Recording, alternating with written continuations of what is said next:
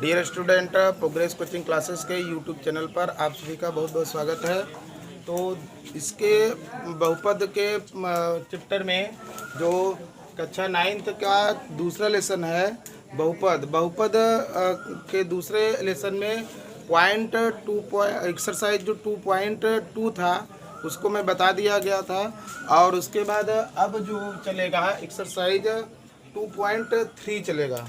तो 2.3 का जो पहला क्वेश्चन है उसके पहले हमको क्या समझना पड़ेगा, शेषफल प्रमेय क्या होता है। शेषफल प्रमेय का अर्थ होता है कि जैसे आपका कोई भी बहुपद पहले था द्विघात में या रैखिक बहुपद में, तो उसका सलूशन आप कर लेते थे।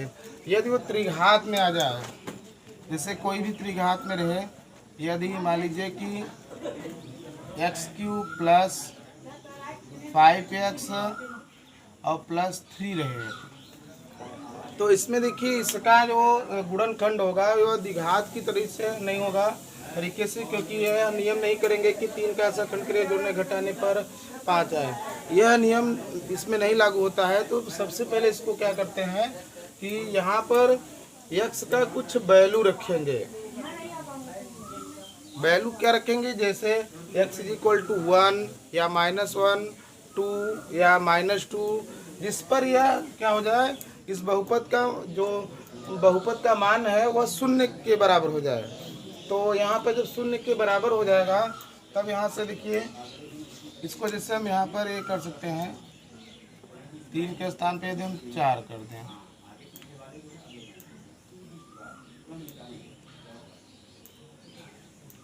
-4, तो देखिए इस पे हम x बराबर यदि रख दिया जाए -1, तो -1 का क्या हो जाएगा q और प्लस 5 इंटू -1 और -4, ये हो जाएगा कितना -1, और ये माइनस से क्या हो जाएगा, यहाँ पर माइनस रखिए इसको, ये भी माइनस हो जाएगा, माइनस माइनस क्या हो जाएगा प्लस और -4। देखिए अब यह हो जाएगा 0, क्योंकि -4 और -1 कितना हो जाएगा -5 प्लस 5, और ये 0 हो जाएगा।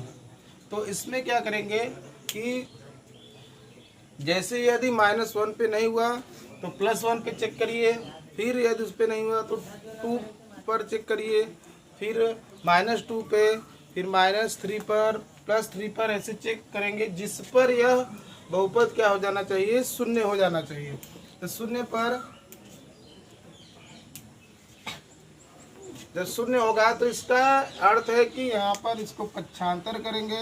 देखिए यहाँ पर मैं इसको बता दे रहा हूँ कि यही मान लीजिए क्वेश्चन लिया गया x³ - 5x - 4, तब x = यहाँ पे रखा गया कितना -1 रखने पर। तो यहाँ पर जब हल करेंगे तो -1 का क्यों करेंगे, -1 और प्लस -4, तो -5 + 5 क्या हो जाएगा, यह 0 हो जाएगा। 0 होने पर अब यहाँ पर क्या करेंगे, इसको पक्षांतर करिए, तो यहाँ लिखेंगे चूंकि x माइनस से इधर आएगा तो क्या हो जाएगा प्लस बहुपद x³ - 5x - 4 का एक गुणनखंड है। इसका अर्थ है कि बताया गया है कि यदि रैखिक बहुपद है तो x का 1 मान आएगा, यदि द्विघात बहुपद है तो x का जो या मतलब उस चर का 2 मान आएगा, त्रिघात है तो उस बहुपद के जो मान होंगे वह चर के कितने होंगे, 3 मान होंगे। और यदि 4 है तो 4 मान आएगा, 5 है तो 5 आएगा। अब इसमें क्या करेंगे कि जब हमारा एक x का मतलब गुणनखंड आ गया, मतलब x का 1 मान प्राप्त हो गया, कितना -1। अब इसका जो अगला मेथड होता है इसमें क्या करेंगे,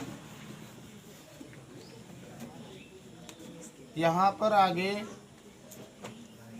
x की जो बहुपद है उसमें हम x + 1 का भाग करेंगे। भाग करने पर भाग के नियम में बताया गया है कि पहला इसका पद देखेंगे और इसका पहला पद, इसका घात 3 है और इसका घात कितना है 1 है।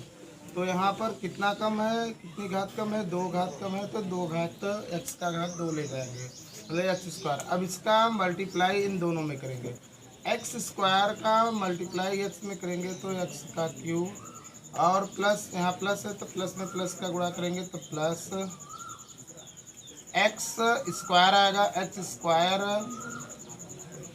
को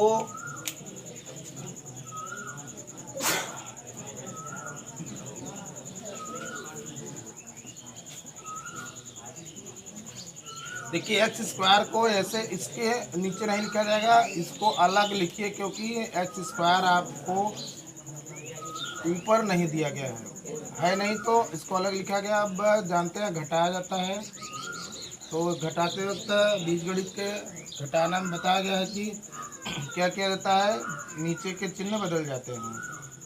ए प्लस माइनस कैंसिल, अब माइनस एक्स स्क्वायर इसको यहाँ लिख दीजिए, फिर माइनस 5x माइनस 4। अब यहाँ पर देखिए माइनस है तो तुरंत यहाँ पे माइनस ले जाइए, और घात देखिए 2, फिर यही पहला पद इसका पहला पद, घात 2 है इसका घात 1 है, तो एक घात कम है मतलब x का घात 1, फिर माइनस एक्स का मल्टीप्लाई इन दोनों में करेंगे, minus x square plus minus से माइनस इसका मल्टीप्लाई करेंगे तो माइनस एक्स आएगा, फिर घटाएंगे, घटाते वक्त चिन्ह बदल जाएगा, कैंसिल, ये घटेगा कितना आएगा -4x, क्योंकि विपरीत चिन्ह हो गया -4, यहाँ माइनस आया तो फिर माइनस ले जाएंगे, तो x क्या है बराबर है, मतलब तो यहाँ पर 1 मानेंगे, 1 का ऐसा पढ़िए जिससे कि 4 आ जाए, तो कितनी बार जाएगा 4 बार, तो -4 का गुणा करेंगे तो माइनस कितना आएगा 4x, प्लस माइनस से माइनस कितना आएगा -4, घटाएंगे चिन्ह बदल जाएगा, एक कैंसिल, ये भी कैंसिल, शेषफल क्या होना चाहिए 0। अब देखिए शेषफल प्रमेय में एक चीज़ हमेशा रखिएगा कि जब हम भाग करेंगे, भाग करने पर इसका जो शेषफल होना चाहिए वो 0 के ही बराबर आना चाहिए। यदि 0 नहीं आ रहा तो समझ जाइए कि यह शेषफल प्रमेय लागू उसमें नहीं हो पाएगा। अब देखिए क्या करेंगे, यहाँ लिखेंगे कि अतः पहला हमारा जो गुणनखंड हुआ इस बहुपद का, इसको हम ऐसे लिख सकते हैं x³ माइनस 5x माइनस 4 का पहला गुणनखंड आया x प्लस 1, और दूसरा गुणनखंड में है x का स्क्वायर माइनस x माइनस 4। अब इसको देखिए, इसका जो द्विघात समीकरण बना है इसको हम नियम बताए थे कि कैसे सरल किया जाता है, तो सरल करेंगे, 4 का ऐसा खंड करिए जोड़ने घटाने पे कितना आना चाहिए 1 आना चाहिए। तो इसका जब खंड नहीं हो पाएगा तो इसको ऐसे ही छोड़ देंगे, यहाँ पर x square minus x minus 4, क्योंकि 2 दूना 4 होगा, 2 और 2 को जोड़ेंगे तो कितना आएगा 4 आएगा, 2 में से 2 घटा देंगे तो कितना आएगा 1 मतलब 0 आएगा। तो इसमें हमको 1 लाना है, यह खंड नहीं हो पा रहा है। तो देखिए मैं पहले ही बताया था कि यदि जितना इसके घात उच्चतम रहेगा उतना हमारा उस चर का मान आएगा। तो यहाँ पर यदि एक बार इतना बराबर 0 किया जाएगा तो शून्यक निकालना होगा, तो x प्लस 1 बराबर 0, तो x बराबर क्या आ जाएगा -1, और ये द्विघात है तो इसको जब सरल करेंगे तो ये इसका फैक्टर नहीं हो पा रहा है, इसका फैक्टर कक्षा 10 में आपको मिलेगा, श्रीधराचार्य सूत्र से इसको लगाएंगे तो वह इसके भी 2 क्या हो जाएंगे शून्यक प्राप्त हो जाएंगे। तो 1 इसमें और 2 इसमें, तो 2 और 1 3 हुआ, तो यह घात उच्चतम कितना था यह, तो इसके 3 मतलब शून्यक भी प्राप्त होंगे। तो यह नियम क्या है, हमारा शेषफल प्रमेय हल करने का नियम है। यदि जब घात 3 वाला क्या होगा बहुपद आएगा, यदि उसमें कोई सूत्र नहीं लग पा रहा है, AQ माइनस BQ या AQ प्लस BQ या AQ प्लस BQ, यदि यह सब सूत्र नहीं लग पा रहे हैं या कॉमन मेथड नहीं हो पा रहा है, तब उसका नियम यही है कि सबसे पहले क्या करेंगे, x का कुछ वैल्यू रखेंगे जिससे उस बहुपद का मान क्या होना चाहिए 0 हो। 0 होने के बाद यदि 0 हो गया तो जो मान रखे रहेंगे उसको पक्षांतर कर लेंगे, वह उस बहुपद का क्या होगा एक गुणनखंड हो जाएगा। फिर उसके बाद उसी बहुपद में उस गुणनखंड के वाले बहुपद का क्या करेंगे, भाग करेंगे। भाग करने के बाद जो द्विघात मतलब भागफल आएगा, उस भागफल को क्या करेंगे, यहाँ पर रखेंगे और वह द्विघात समीकरण, द्विघात बहुपद हुआ, द्विघात बहुपद का खंड यदि हो रहा है तो उसको खंड करेंगे, नहीं तो इतने पे ही छोड़ेंगे। तो यह नियम हुआ शेषफल प्रमेय हल करने का नियम। तो इसके बाद अब आगे जो है वह क्वेश्चन पे आएंगे। तो देखिए क्वेश्चन क्या है।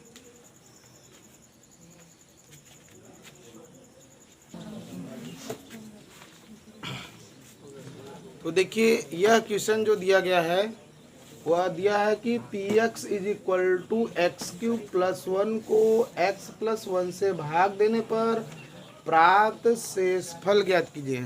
इस क्वेश्चन में देखिए गुणनखंड करने के लिए नहीं कह रहा है कि एक्स क्यूब प्लस 1 का गुणनखंड कीजिए। यदि एक्स क्यूब प्लस 1 का गुणनखंड करने के लिए कहता तो अभी जो बताया गया शेषफल प्रमेय का नियम, पहले हम x बराबर कुछ रखेंगे मान, जिससे वह एक्स क्यूब प्लस 1 शून्य हो जाए और उसके भी पक्षांतर करके और उसको क्या करेंगे, फिर जैसे बताया गया उसी तरह से हल करेंगे। तो देखिए इसमें जो दे दिया गया है कि x प्लस 1 से भाग देने पर शेषफल ज्ञात करना है। तो यहाँ पर जो शेषफल प्रमेय नहीं कर रहा है, शेषफल ज्ञात करना है। इसका अर्थ है यहाँ पे आपको बीजगणित का भाग के बारे में बात कर रहा है।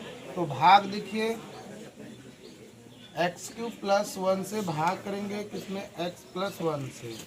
देखिए भाग में बहुत ज़्यादा कंफ्यूज मत होइए।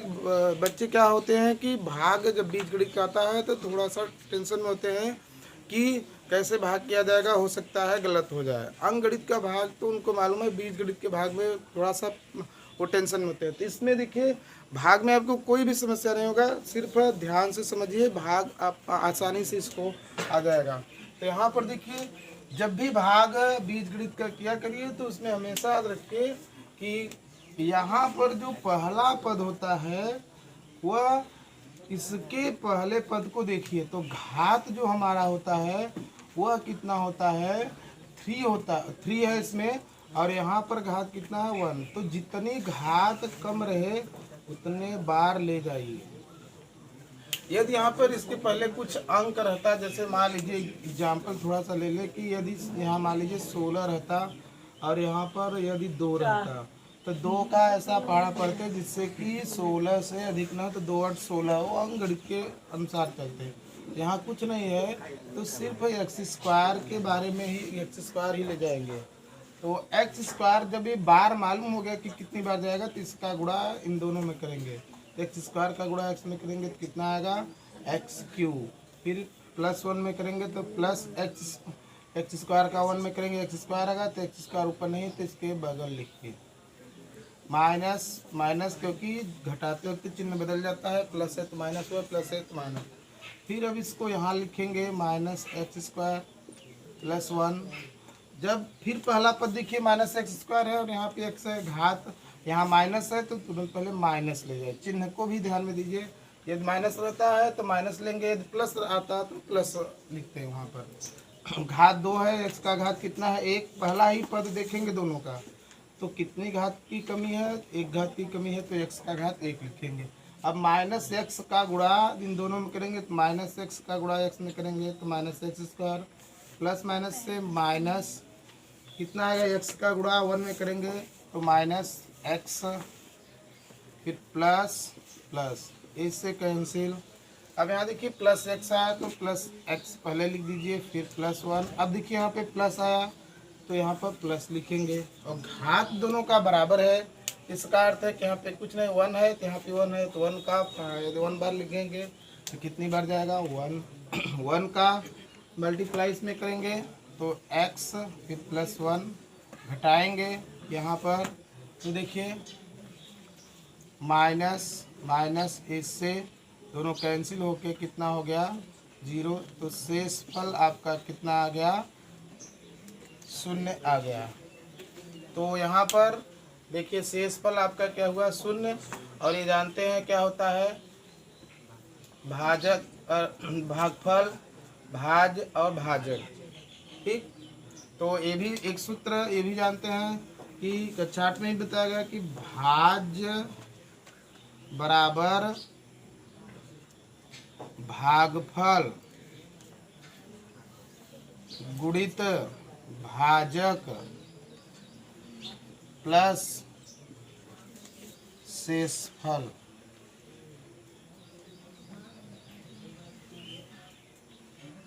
कभी कभी क्वेश्चन में देता है कि इस x³ + 1 को x+1 से भाग देने पर इस सूत्र में क्या करके देख कर हल करिए कि मतलब उत्तर की जांच भी कीजिए। तो इसमें रखकर यदि यहाँ भाज्य x³ + 1 रखेंगे, भागफल जो आया है x² - x+1, फिर भाजक x+1 और शेषफल रखने पर दोनों LHS और RHS बराबर भी होते हैं। इससे भी चेक कर सकते हैं। तो यह सूत्र भी है, इसको सूत्र भी लिख लीजिएगा कि भाज्य बराबर भागफल इंटू भाजक प्लस शेषफल। देखिए हमेशा देखिएगा कि ये हमारा जो यहाँ पर होता है वो क्या होता है भाज्य, और यह होता है भाजक, और ये होता है भागफल, और यहाँ जो लास्ट में बचता है वो क्या होता है शेषफल। तो इस क्वेश्चन से आपको शेषफल ज्ञात करने के लिए कहा था। तो शेषफल ज्ञात करने का नियम क्या है कि यह नियम है आपका भाग मेथड से।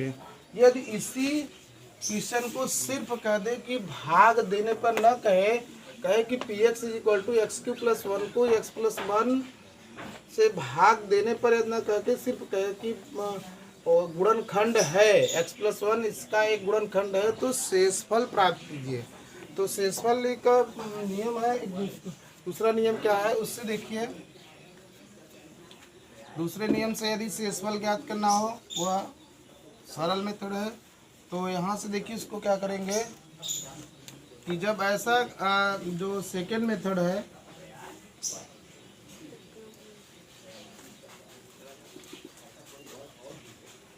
जो दिया गया है x+1 से जिससे भाग देना है, मतलब उसमें कहेगा कि गुणनखंड है, तो x+1 = क्या कर देंगे 0, और x निकालेंगे तो कितना आ जाएगा -1, पक्षांतर करेंगे। और जो px बराबर है तो इसी को हम लिखेंगे शेषफल इक्वल। ध्यान देखिए जो हमारा बहुपद है उसी में हम क्या करेंगे मान रख देंगे x का जो मान आया है। तो रखेंगे यहाँ पर x³ के स्थान पे x के स्थान पे -1 का क्यूब प्लस 1, -1 का क्यूब करेंगे तो -1 + 1 एक कैंसिल होके देखिए कितना आ गया 0। भाग करने पर भी शेषफल 0 आया और इस मेथड से भी 0 आएगा। कन्फर्म। तो देखिए यह हमारा क्या हुआ, भाग करने और बिना भाग किए भी शेषफल ज्ञात किया जा सकता है।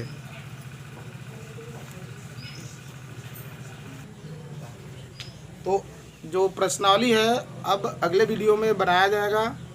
तो देखिए जो अगला वीडियो होगा वह प्रश्नावली सॉल्व कराया जाएगा। तो इस वीडियो को देखने के लिए आपको बहुत बहुत धन्यवाद।